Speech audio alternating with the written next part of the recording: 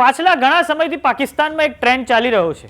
ભારતની વિરુદ્ધમાં જે આતંકીઓએ ભૂતકાળમાં આતંકવાદી હુમલાઓની સાજિશ કરી હતી તે આતંકીઓની હવે અજાણ્યા વ્યક્તિઓ દ્વારા હત્યા થઈ રહી છે। આ ક્રમમાં હવે લશ્કરે તૈયબાના આતંકી સૈફુલ્લા ખાલિદનો નંબર આવ્યો છે, જેની હત્યા અજાણ્યા હુમલાવરો દ્વારા કરી દેવાઈ છે।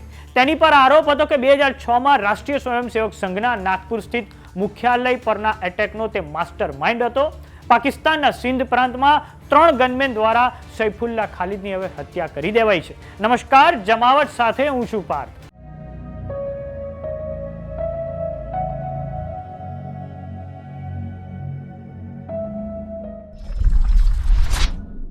લશ્કરે તૈયબાનો આતંકવાદી જેનું નામ છે અબુ સૈફુલ્લા ખાલિદ, તેની પંજાબના સિંધ પ્રાંતમાં 3 ગનમેન દ્વારા હત્યા કરી દેવાઈ છે।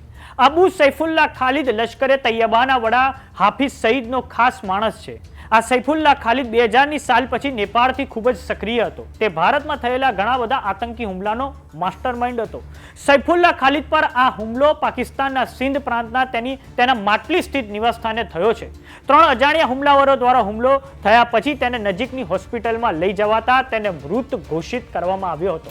અબુ સૈફુલ્લા ખાલિદ પર 2006માં મહારાષ્ટ્રના નાગપુર સ્થિત RSS હેડક્વાર્ટર પર જે હુમલો થયો હતો તેનો તે મુખ્ય માસ્ટર માઇન્ડ હતો। સાથે જ 2005માં Indian institute of science Bengaluru ખાતે જે એટેક થયો હતો તેનો પણ તે માસ્ટર માઇન્ડ હતો। આટલું જ નહીં, અબુ સૈફુલ્લા ખાલિદ 2008માં ઉત્તર પ્રદેશના રામપુર સ્થિત CRPF કેમ્પ પર જે હુમલો થયો હતો, જેમાં 7 ઓફિસરો અને 1 નાગરિકનું મોત થયું હતું, તેમાં પણ તે માસ્ટર માઇન્ડ હતો।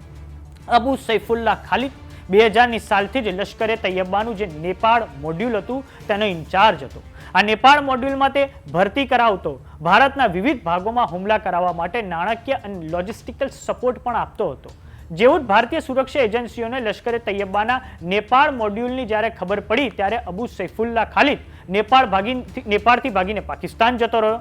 પાકિસ્તાનમાં તેણે પછી લશ્કરે તૈયબાના અને જમાત ઉદ દાવાના ઘણા આતંકીઓની સાથે કામ કર્યું હતું, જેમાં યુસુફ મુજામિલ, લશ્કરે તૈયબાનો જમ્મુ કાશ્મીરનો કમાન્ડર મુજામિલ ઇકબાલ હાશમી અને મોહમ્મદ યુસુફ તૈયબી સાથે તે જોડાયો હતો।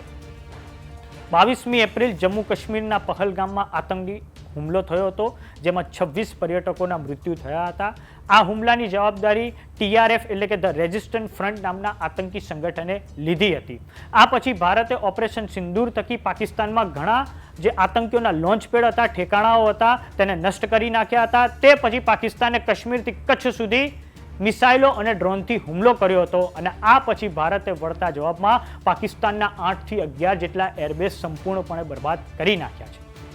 તો આ બાબતે જે પણ અપડેટ હશે અમે તમને આપતા રહીશું। કેવો લાગ્યો અમારો વિડીયો અમને કોમેન્ટ બોક્સમાં લખીને જરૂર જણાવો। જો તમે અમને YouTube પર જોઈ રહ્યા તો સબસ્ક્રાઇબ કરો, જો તમે અમને Instagram અને Facebook પર જોઈ રહ્યા તો ફોલો કરો। નમસ્કાર।